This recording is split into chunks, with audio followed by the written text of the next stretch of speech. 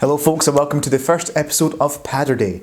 So Padurday is a really bad pun that I came up with that combines Saturday and pad.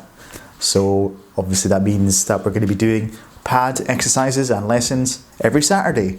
Really great name, you're going to have to deal with it because it's kind of bad, but whatever. So today what we're going to be doing is we're going to be focusing on a really cool pattern in a 5/8 time signature.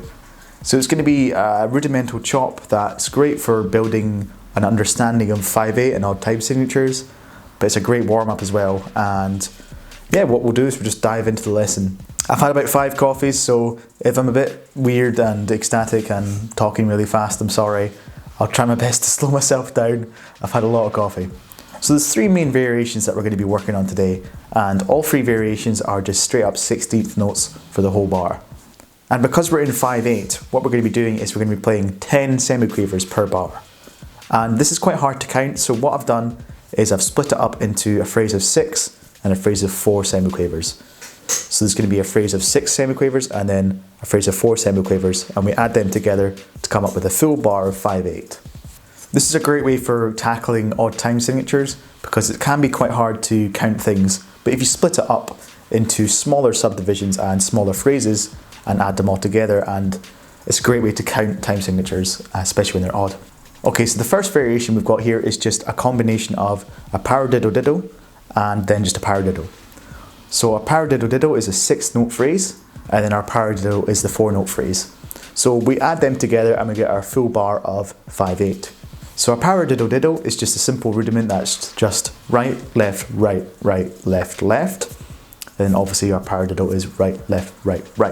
So what we do is we just combine those 2 together and we get our first bar of 5/8. So I'll just quickly show you that.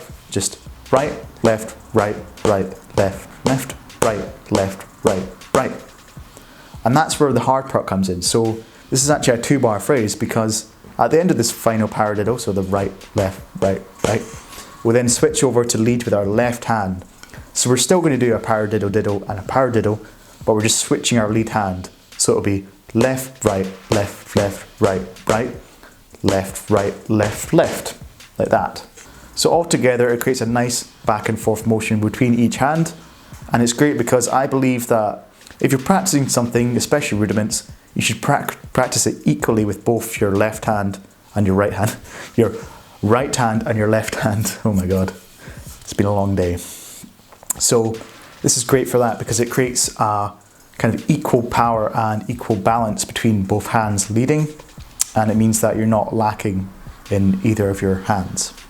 Because you're switching lead hand with each rotation in each bar, it means that you build your hands equally, and I find that really important when you're doing rudiment stuff. It means that you're equal with both hands, and it means that you can lead and create more interesting grooves, and when you're applying to the kit, you're more even around the kit.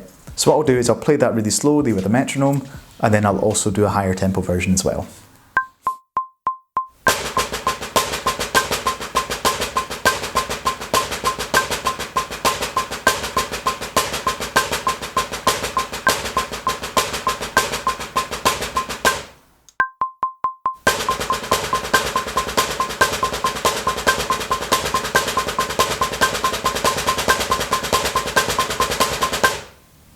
So that's the first variation, and we'll just move on to the other 2 just now. So these are very similar in terms of the notes that are played, so they're all just 16th notes, and the phrasing is the same. So it's just 6 semiquavers and then 4 semiquavers in each bar. But the only thing that's different is the initial rudiment that you do. So the phrase of 6 notes is different. So instead of a paradiddle-diddle, we're doing a double paradiddle. In the case of the right hand lead, what we're going to be doing is a right, left, right. And then we're going to do a paradiddle leading with the left, left. So the difference between this and the first version is that we don't change our lead hand every bar. We actually keep our lead hand the exact same, and that's the difference. It means that you're practicing a different rudiment, you're doing the double paradiddle instead of the paradiddle-diddle, and it means that you can focus on strengthening one hand. So version 2 and 3 are essentially the same thing, but we're just changing lead hand. So what I'll do is I'll go through each of those versions. So we've got the first one, which is the right hand lead with the double paradiddle and the paradiddle, and then version 3, which is just the same thing but leading with the left hand. So I'll do them at a slower tempo and then I'll speed them up as well.